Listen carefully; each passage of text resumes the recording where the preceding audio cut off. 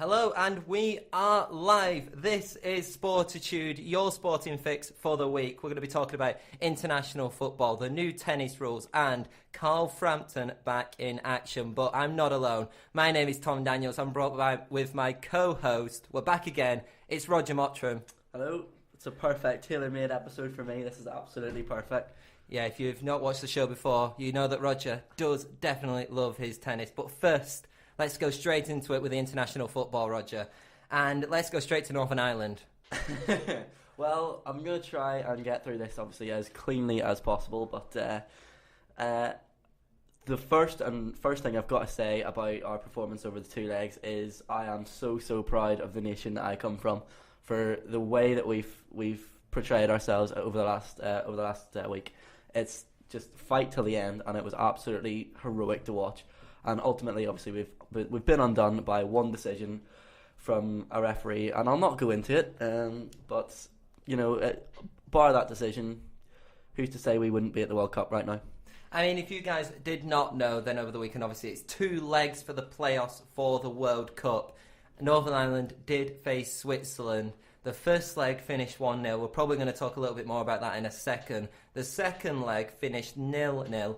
Now, the second leg obviously was yesterday. You must be heartbroken, but you've got to say, do Switzerland deserve it? I know the way they won it was probably not the greatest, but after seeing the 0-0 and the 1-0 both together, do you think that Switzerland were just the better team in the end?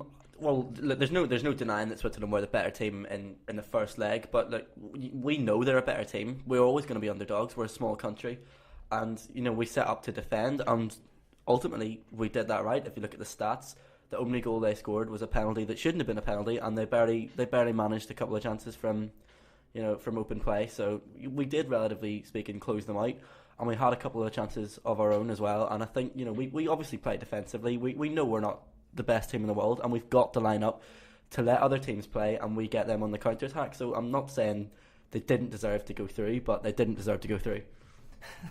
I'm not saying they didn't deserve to go through, but they didn't. I'm not bitter, I go promise. Through. I'm not bitter. Well, what that makes me realise though is that you're a Northern Ireland fan, obviously from Northern Ireland, but the amount of progress which your country has come through right now has been absolutely unbelievable. 10 years ago, were you even in the top 100 10 years ago? No, we've risen 100 places, I think, under Michael O'Neill's stewardship, and we've come so far. First ever Euros, first ever time in the top 20 world rankings. It's just an incredible achievement by every single player that was in that squad, and I know we're not at the World Cup, but I couldn't be prouder of that team. Last question then before we move on to other teams. Michael O'Neill, obviously, do you think he should stay? Do you think he should leave? For his personal career, I think he should leave. From a Northern Ireland fan's perspective, I think he should stay. I think if he's going to go on and make a career for himself and become as successful a manager as he can be, he should. I mean, the likelihood is he'd be getting a championship job, but I think he could do a job in a Premier League team, the right team. But we'll wait and see. We'll wait and see what he chooses to do. It's up to him. So obviously the big news is that Switzerland are through to the World Cup. They will make it. One team we're not sure if he's going to make it though is obviously your bitter rivals, the Republic of Ireland. Drew 0-0 with Denmark in Denmark. Now obviously they're playing at home. I believe it is tomorrow. Is there any chance for actually, for another O'Neill to actually take an Irish club, to an Irish nation, to the World Cup? Huge chance, absolutely huge chance. They've obviously achieved a great result in the first leg, and home advantage will surely stand them in good stead. They've got quality players, and they shut Denmark out. Denmark aren't the best team in the world. They're the team that I wanted to draw when the playoff draw was announced. They're probably the easiest team that were available to get. So I think if Ireland don't make it, it'll be a disappointment. See, I think I disagree with you, Denmark. I think there's some world-class players in there. You've got the likes of, obviously, Eriksson. You've got Christiansen in there as well. And you may find this funny, but Lord Bentner has been killing it for Rosenborg. And he's also a Danish hero, isn't he? He's got, 30 goals in 70-odd caps? They love him. So he's always produced when it's come for Denmark as well. And I thought the fact that they managed to keep a lot of creative players in that Danish squad at bay. Obviously, you looked at that game and you thought Ireland definitely tried to play for the draw. The issue is that now they can't play for the draw. They're at home. They've got to try and go for it. And I think, if I'm right in saying, Bentner has come out and even said that the pressure is now on Ireland because it is. Now they've got to, go out and attack. And when they go out to an attack, is there a chance of someone like Eriksson stealing the show? There is, but at the same time, I don't think Ireland will set up any differently. I think they'll know that the pressure's on them, but Ireland are similar to Northern Ireland in that they'll defend and they'll go on a counter-attack. They'll let Eriksson and company come on to them and they'll say, right, come on, give us your best shot, because Ireland have the capabilities of keeping Denmark out for 180 minutes of football. So I think they can punish Denmark on the break with the pace that they've got and the quality they've got going forward. And I can't see a goal going in 90 minutes. I can see it going to extra time, but I think Ireland will just have enough because they're so defensively minded. So, what are your predictions going into this match? It's going to be. I think it's going to be a hard one to go for, and I kind of wish that we see another British, or kind of a British side. British Isles go through. Thanks, Roger. There you go. But I can't look past this Denmark squad. I think they're going to go out attacking, and I think Denmark are going to hit them on the break. And I do think it's not going to be the greatest of the game. I'm going 1-0 Denmark. I think this is the game where Christian Eriksen proves to the world what level of class he is, because this is the kind of game that a world-class player goes and takes it by the scruff of the neck and makes a difference between his country being in the World Cup and losing in the playoffs. If Eriksen comes out and performs, Denmark will be in the World Cup. But I think the Republic will swarm him out. I think they'll just follow him around the pitch for 90 minutes, and I think they'll nick a goal either in extra time or very late in the second half, and I'm going to go for a Republic of Ireland win. Right, so let's go to the next game. We'll go for another team which is definitely through. That is Croatia. I can't even say it for it. 4-1 in the first leg. All the itches scored. Modric, Kalinic, Perisic and Kramaric. And then they thought, second leg, we don't really need to do anything. We draw 0-0. It's against Greece. Poor Greece, really, but they're not really the greatest of sides to have really paired up against. And probably they got the strongest team they could have actually got, bar probably Italy or maybe Sweden, stuff like that. Yeah, the World Cup wouldn't be the same. I don't think without Croatia. I think they got a very, very tough group in qualifying, and I think they were unlucky to actually be in the playoffs in the first place. But they have so much quality in that team that I think the World Cup would be missing and lacking without Croatia there. So I'm happy that Croatia are through. And I think, to be fair, you look at Greece, you thought, I don't think there was really any chance. I think once that draw came through, I think a lot of people were expecting Croatia to win, and really they did. And they could be, I'm not going to say they're going to be winning the World Cup, but they are a strong team. There's a lot of good players in there. They could be a real surprise package, and I would almost expect them to get to the quarterfinals, and I think they might even have a semi-final shot. So let's go to what would be probably the biggest shock of this past weekend at least. Italy losing 1-0 to Sweden. I mean, what can we say about that, seriously? Well, it's interesting you should bring that up, because I saw a little video on social media this week of an Italian manager in Serie B, and I can't remember his name, but he brought up a very interesting point that a lot of journalists and media people in England have been bringing up, and it's the fact of all the foreigners that are now in Italian football, and they're saying that in the olden days, the Italy players would have played other Italy players and the game would have been so much more physical. And he's saying that because of all the foreign players that are in Italian football now, he doesn't think that Italian footballers are as physical as they were, and that is the reason that they're not performing well.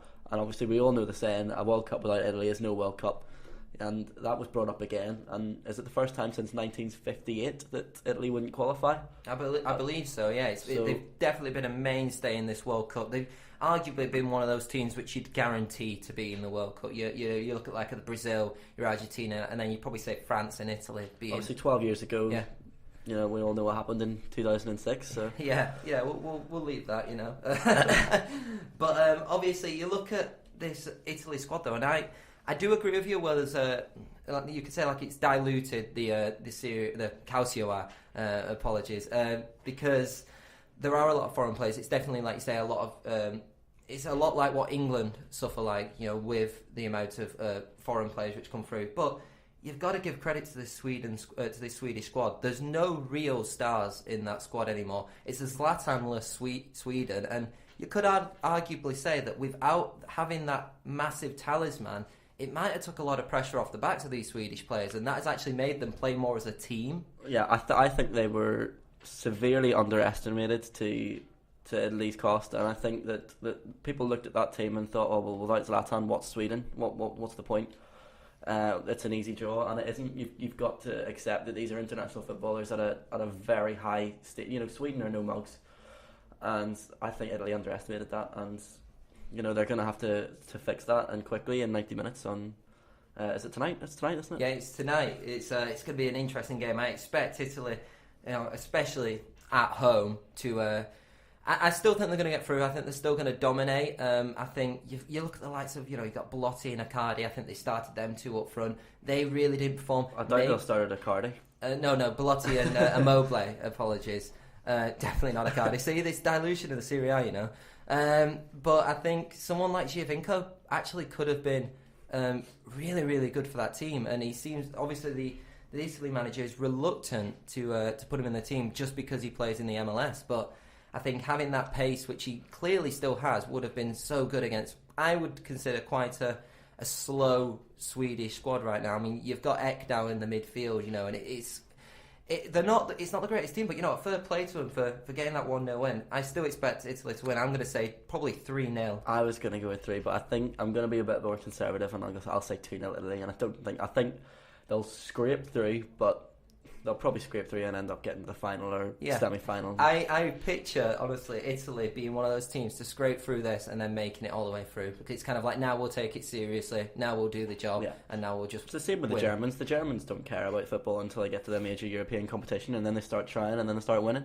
Right, so before we go into a break, we better talk about England. Obviously, it was only a friendly, but it's a good draw against Germany. There's a lot of debate on whether it was a good draw or whether we really just held the ball and played for the draw, especially in a friendly. But it's a new look England squad by Gareth Southgate. Definitely going to his under-21 roots. But what do you think of that draw, just as a whole, at first?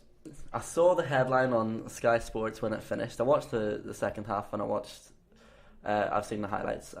But it said young Lions held by Germany. I don't think that's fair. That implies that England were all over Germany, and I don't think that's a fair reflection. That said, I think defensively England were very solid, and the man of the match for me was Harry Maguire. I thought he was absolutely brilliant, and I think this always happens. So there's always so much hype. England play someone decent in a friendly, and everyone goes, "Oh, look how good we are! We're new. Look, we've got youngsters blending in with the old. We've got world-class players now." No, I think it was a good England performance, but it was a second string, third string Germany team as well, and I don't see Germany actually trying in friendlies. I've never seen them try in friendlies, and they just grind out results. And I think England were impressive; they were good, but they're not. I don't see them as a top 15 team in the world. Really? Maybe just about, but they're definitely not top 10. See, I look at. Firstly, you talked about the defence. I thought the defence was absolutely unbelievable. Played the three at the back. We played, I think it was Jones, Stones, and then Maguire. I agree. Maguire was absolutely unbelievable. He's not really done it, I would say, for Leicester. Not for Leicester. He showed it at Hull, and he showed it when Marco Silva came in, and they almost survived, and it was very impressive.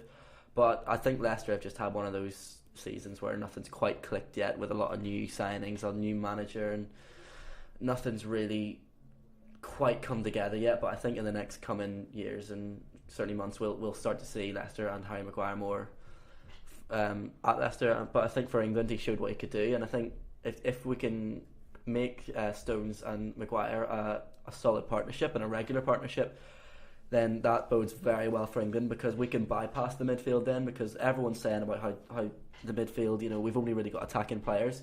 If we can bring those defenders out and have Eric Dyer in a little hole in between them, then that gives us a sturdy, place to move forward. And I think that could be a great thing for England. I think it's definitely a lot about time. I mean, I just want to throw a stat in that only two players, which was Rose and Dyer, We're in the starting 11. In this starting 11, we're in the last starting 11 against Iceland. So it really shows that Gareth Southgate has looked at that squad, thought, right, something needs to be changed. I mean, we played Tammy Abraham up front, which I think a lot of people a year ago would have thought was impossible. He was doing good at Bristol back then, but nobody ever thought that he would have been starting for England. I think it was a bit of a risk. I think, to be fair, the risk paid off. Some players played better than others, and I think that's what it was with a friendly.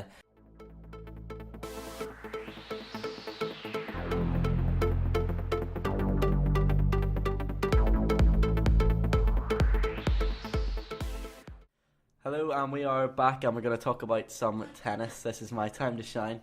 So, obviously, last week we had the inaugural championships, the Next Gen finals, which is the top 8 players that are under the age of 21 that have performed this year, with the exception of Alexander Zverev, who is qualified for the actual World Tour finals. So, the tennis decided to introduce some new rules for these championships as a little experiment. I don't know if you know what any of these are. I think, Roger, you actually told me don't look them up because then I can tell you them. Well, you just didn't know. You said you didn't know, and I thought, well, this will be a more smooth way to run it. But if you want to call me out like that, then that's fine. I'll run you through them now. Oh, go on then, Roger. Go on. It's not like we planned this, you know. The first one that I think is quite interesting is that instead of the standard format of going up to 6 games in a set, they've gone up to 4 games in a set. So they're shortening it down, and they're trying to make it short, snappy, quick, and more fun to watch.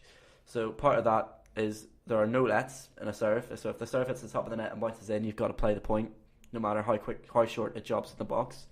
When it gets to deuce, it's a 1-point deuce, sudden death. Whoever wins the point wins the game, and there's a tiebreak at 3-all.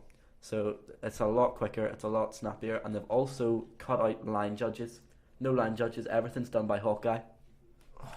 So there's a lot of changes going on, and it was very interesting. It was very interesting. I think it definitely made it a lot quicker, and it made it. I wasn't sure how I'd feel about most of those. I particularly expressed some angst towards the no lets rule. I thought that was, a bit iffy, but having seen it and how it played out, I thought it was actually really, really good. But I think they could have it if you kept it to 6 games.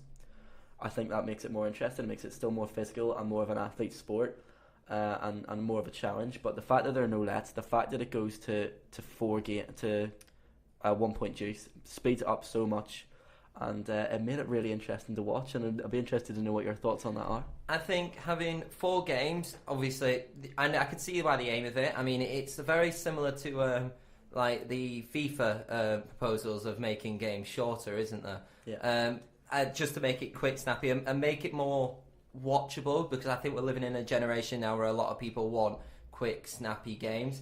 I disagree with having it as 4 games. I think that I'm 6 glad games. that you do. I think that 6 games for me, like you said, it makes it more of an athlete sport. I think you wouldn't have a marathon and change that to half a marathon, and then that's the new marathon, because that ruins the fact of the point is that it's an endurance sport as well.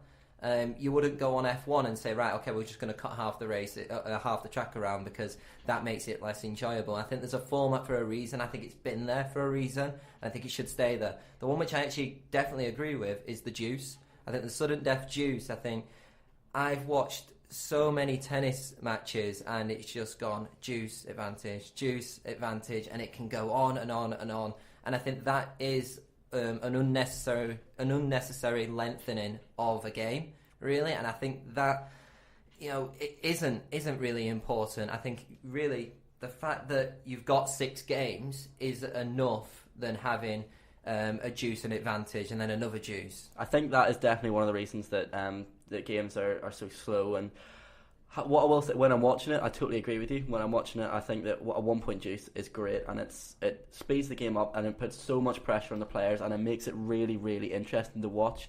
But from a player's point of view, I don't like that at all, because not only of the pressure it puts, I like having that backup, that that if you lose this point, it's not the end of the world. You can get the next point and it'll still be fine. You can still stay in control of the match to some degree. But I can't deny it speeds the game up. It really, really does, and it makes it really interesting.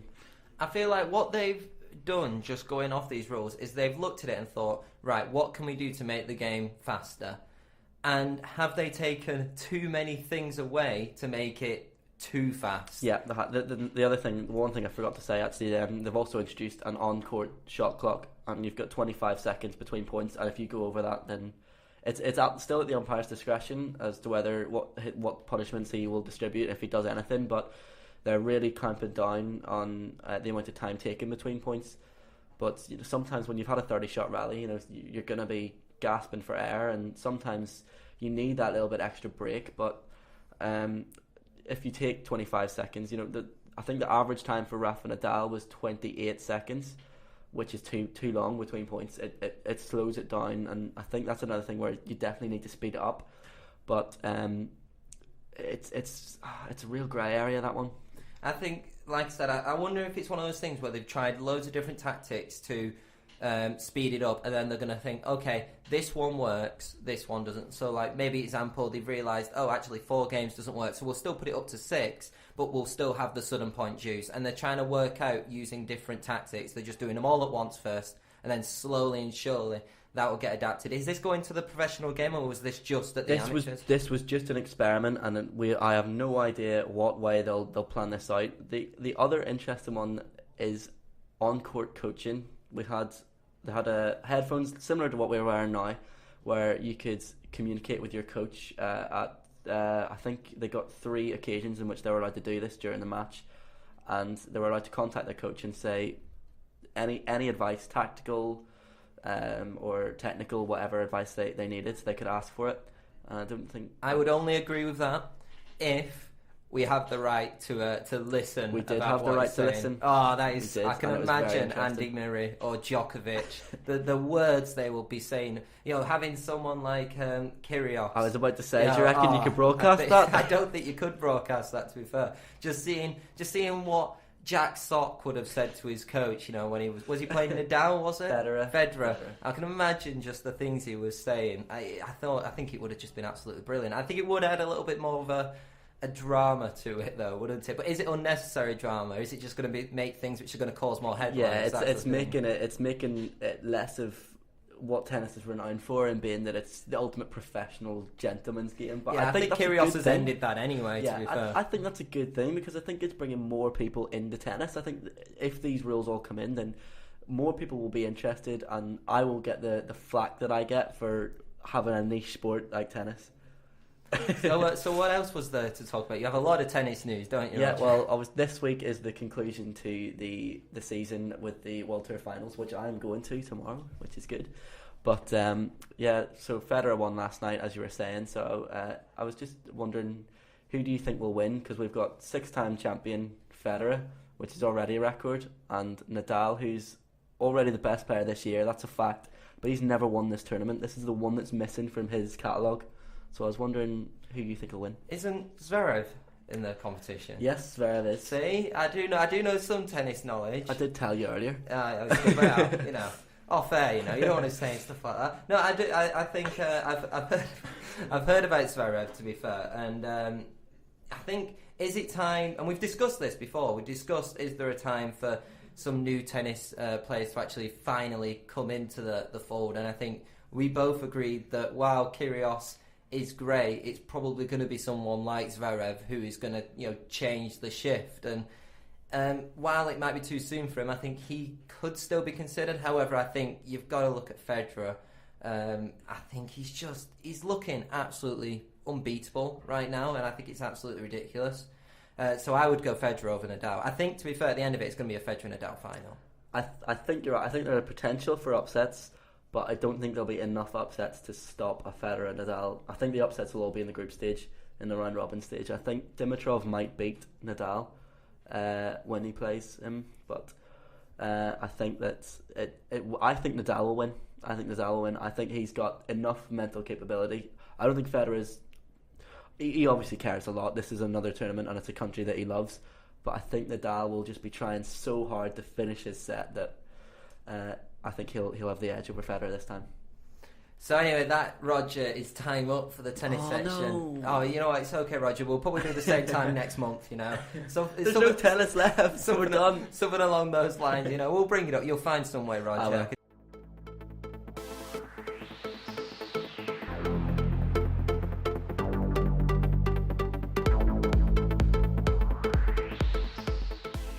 We've had one topic which Roger likes. We've had one topic we've both liked, so I think it's my turn. It's time to talk about a bit of boxing. And you know what? I've kept it local. I've kept it local to you, Roger, especially. So it's big boy Carl Frampton. My hero. The Northern Irishman himself. He's facing Horatio Garcia in Belfast this Saturday. Do you know anything about this, Roger? Very, very limited information, but I can give it a go.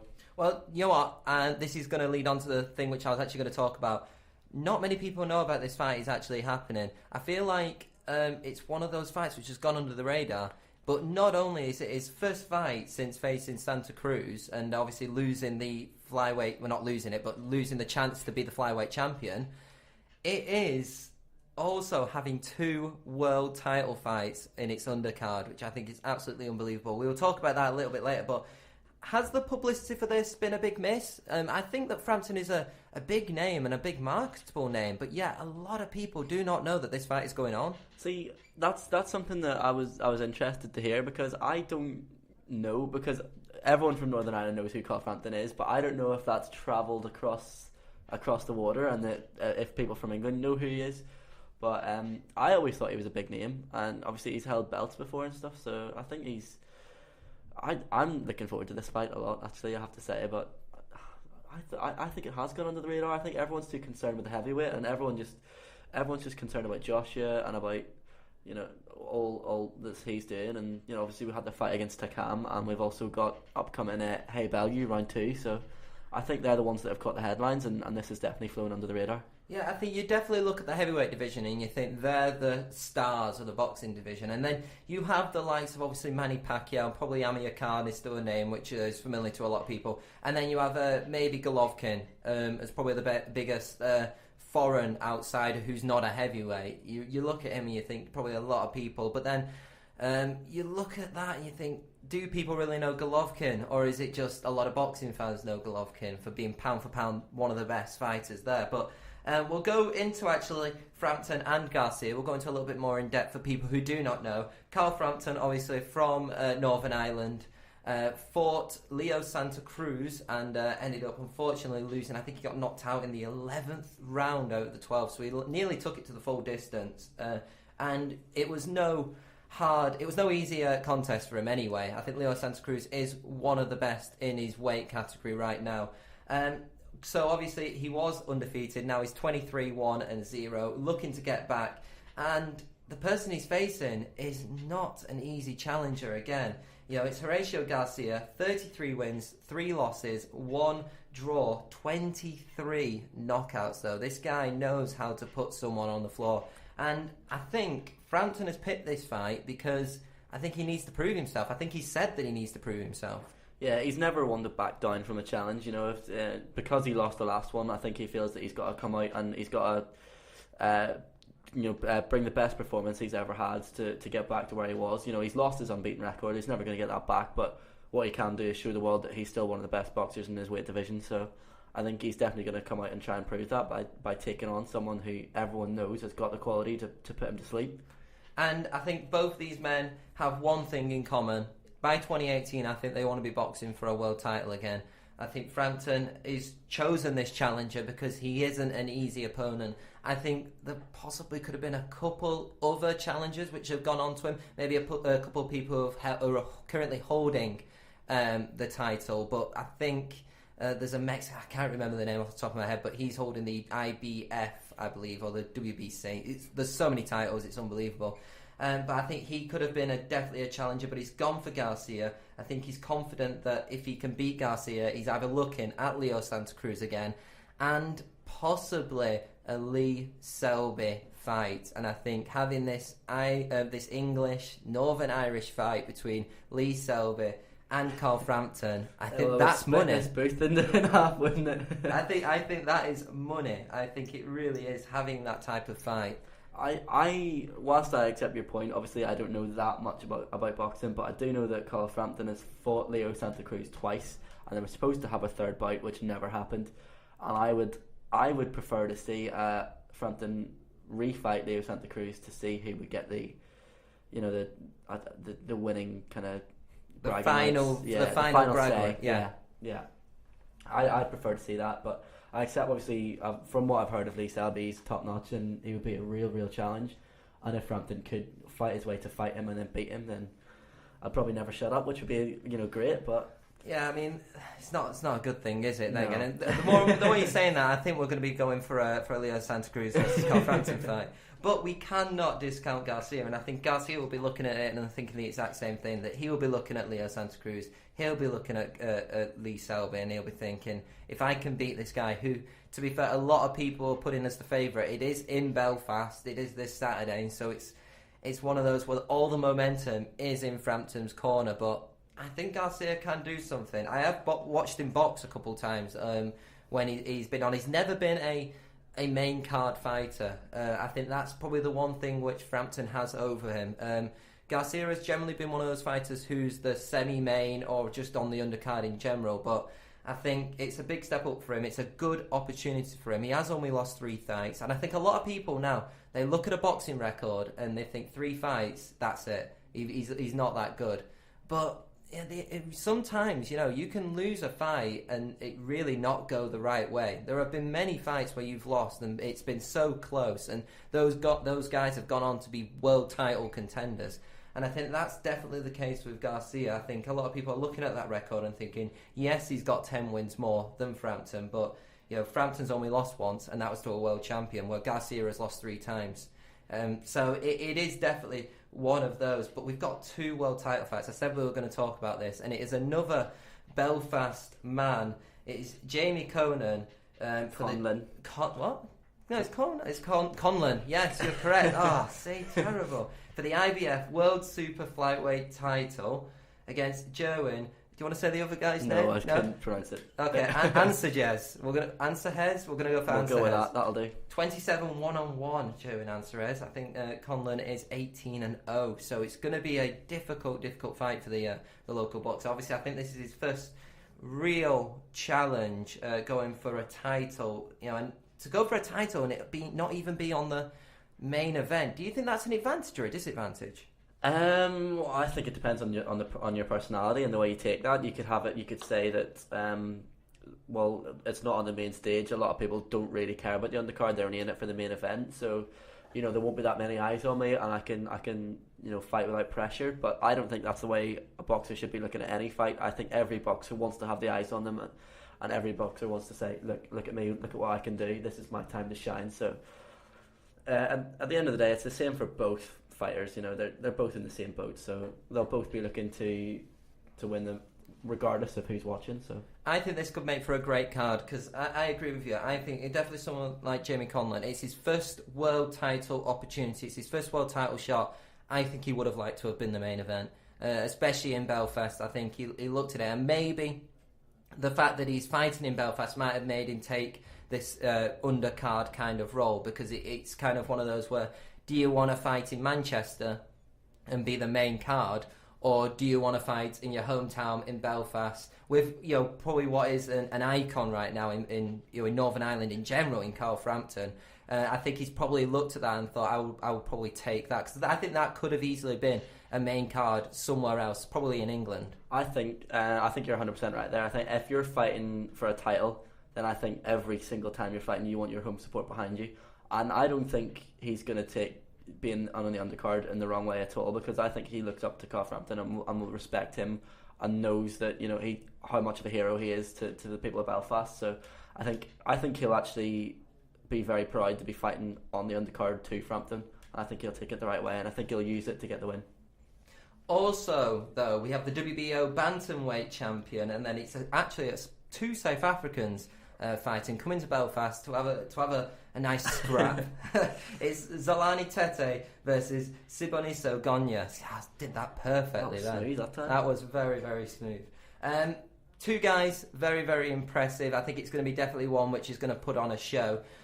I'm not going to lie, the bantamweight division is not my expertise. I kind of like a lot of different divisions. I'm definitely a welterweight guy, but I think with the bantamweight is the fact that we don't really know a lot about these guys, and the fact that it's two South Africans having to come over here.